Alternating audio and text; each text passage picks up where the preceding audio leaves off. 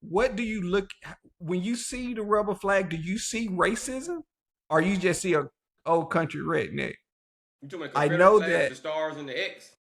the big X, Okay. the Confederate flag. Now, me personally, like you said, and like JP said, it's one of those things. It's how everybody's mind works. I automatically just feel like you gotta be racist because, and I say this because I feel like if you're flying that flag, that tells me that you believe in that ideology during that time. Bam, That tells me that you're still down for whatever that flag meant. represented. Right. So for me, and like you said, a lot of times, because I've talked to some people, like you said, well, I've seen on their truck and stuff, and of course they greet you, say hey and everything, but deep down, I still feel like, okay, man, and like you said, I want to act so bad. Okay, what does that flag mean to you though? Because to me, that flag means nothing but racism. To me, that's all that flag means.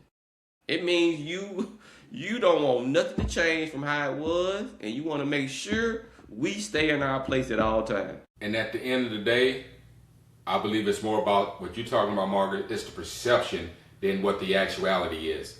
Cause you got if I'm a white guy and black guys come around me, and let's say even if I had the flag and I just felt like it's just my heritage, and I'm not even a racist person or anything like that. The perception of a black guy walking in and seeing that in my house, you got to understand it.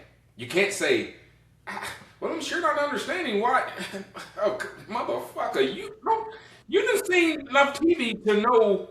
Or I mean, the thing is, you just know. You just know. Even him as a kid, Marcus, he probably grew up in a town that had no blacks or whatever. Probably you don't know. That's what I'm saying. I got that part of everyone just don't know.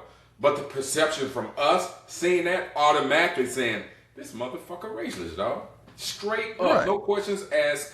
That's going straight to my brain. So that I totally agree with. I don't think anything else. And maybe you have a conversation with him, and he kind of. And although I'm really not gonna be like, man, I understand what you're saying, bro, but that is very, very, very offensive.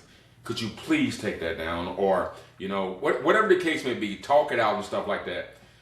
Especially with young people, because like I said, young people's minds are fixated based on their parents and how they was brought up. I do believe a lot of people can be changed, especially at an early age. But if you got but like the Klan and all that stuff, that's something on a whole different spectrum. I don't think there's no coming back for most of them on that. Although some do, I believe, but I just don't. That's just the way they roll. And like you said, Marcus, most of them, they're staying in those broken down homes. They're driving broken down cars. They're working at some. They're nothing doing. They're not getting anything really out of life the way we trying to get out of life. You know what I mean? And they're mad, like you said, and they're mad. It acting like it's our fault that they haven't gotten ahead in life.